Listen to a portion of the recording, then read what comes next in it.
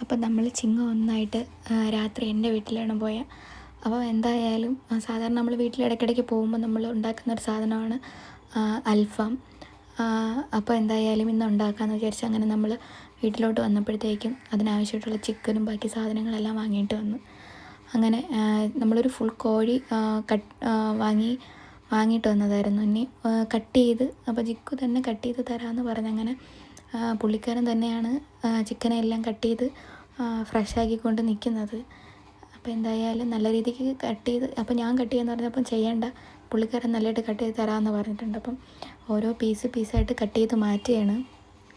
എന്താവുമെന്നൊന്നും അറിഞ്ഞൂടാ. എന്നിട്ട് നമ്മൾ ചെറിയ നൈസായിട്ട് നമുക്ക് എത്രത്തോളം ഫ്ലാറ്റായിട്ട് എടുക്കാൻ പറ്റുമോ അത്രയും നമ്മൾ കട്ടി കുറച്ചാണ് ചെയ്യുന്നത്. അപ്പം രണ്ട് സൈഡ് നല്ലതായിട്ട് വെന്ത് കിട്ടും, നമുക്ക് ചൂടിൽ നിന്ന് വെന്ത് കിട്ടും. കട്ടിയായിട്ടിരുന്ന് കഴിഞ്ഞാൽ ഉള്ള് വേവാൻ ഭയങ്കര പാടായിരിക്കും. അങ്ങനെ നമ്മളൊരു ഏകദേശം ഒരു കോഴി വാങ്ങിച്ചിട്ട് നമുക്കൊരു 4-5 പീസായിട്ട് നമ്മൾ കട്ട് ചെയ്തെടുത്ത്, അപ്പം നല്ല രീതിക്ക് എന്നിട്ട് അതിൻ്റെ ആ ഒരു ഉള്ളു കട്ടിയുള്ള ഭാഗമൊക്കെ നമുക്കൊന്ന് വരഞ്ഞു വിട്ട് കൊടുക്കാം. പുള്ളിക്കാരൻ്റെ ഗൗരവം കണ്ടു കഴിഞ്ഞാൽ തോന്നും വേറെ എന്തോ ജോലിയാണെന്ന്. ഇന്നങ്ങനെ നടക്കുമെന്തോ. ഇതാണ് നമുക്ക് ആവശ്യമായിട്ടുള്ള സാധനങ്ങൾ. അപ്പം ഫസ്റ്റ് നമുക്ക് തക്കാളി കട്ട് ചെയ്ത് നമുക്ക് മിക്സിയുടെ ജാറിലേക്ക് ഇട്ട് കൊടുക്കാം. അടുത്ത് ക്യാപ്സിക്കവും നമുക്കതുപോലെ സ്ക്വയറായിട്ട് കട്ട് ചെയ്ത് ഇട്ട് കൊടുക്കാം. അത് കഴിഞ്ഞ് നമുക്ക് മല്ലിയില മുറിച്ച് കൈ കൊണ്ട് തന്നെ മുറിച്ച് ഇടാം. അത് കഴിഞ്ഞ് നമുക്കൊരു നാരങ്ങ പുഴിഞ്ഞ് അതിലേക്ക് ചേർത്ത് കൊടുക്കാം.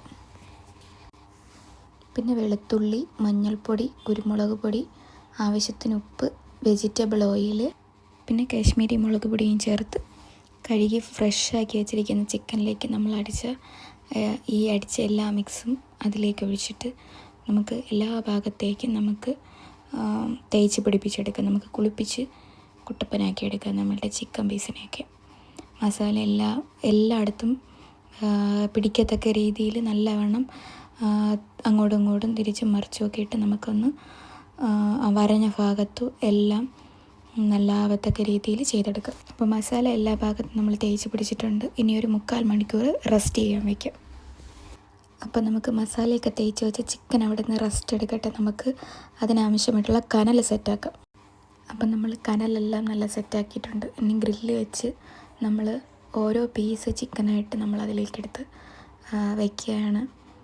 അപ്പം അത്യാവശ്യം നല്ല ചൂടായിട്ടുണ്ട്. അപ്പോൾ നമുക്ക് ഓരോന്നായിട്ട് അടുക്കി നമുക്കതിൽ വെച്ച് കൊടുക്കാം. നമുക്കൊരു സൈഡ് വേവേണ്ടത് ഒരു 20 മിനിറ്റെങ്കിലും നമുക്കതിൽ വെച്ച് വേവിച്ചെടുക്കേണ്ടതുണ്ട്. അപ്പം നമുക്കെല്ലാം ഒന്ന് സെറ്റ് ചെയ്ത് വയ്ക്കാം. അപ്പോൾ കുറേ സമയം എടുത്തിട്ടാണെങ്കിലും സാധനം സെറ്റായി നമുക്ക് കഴിക്കാം.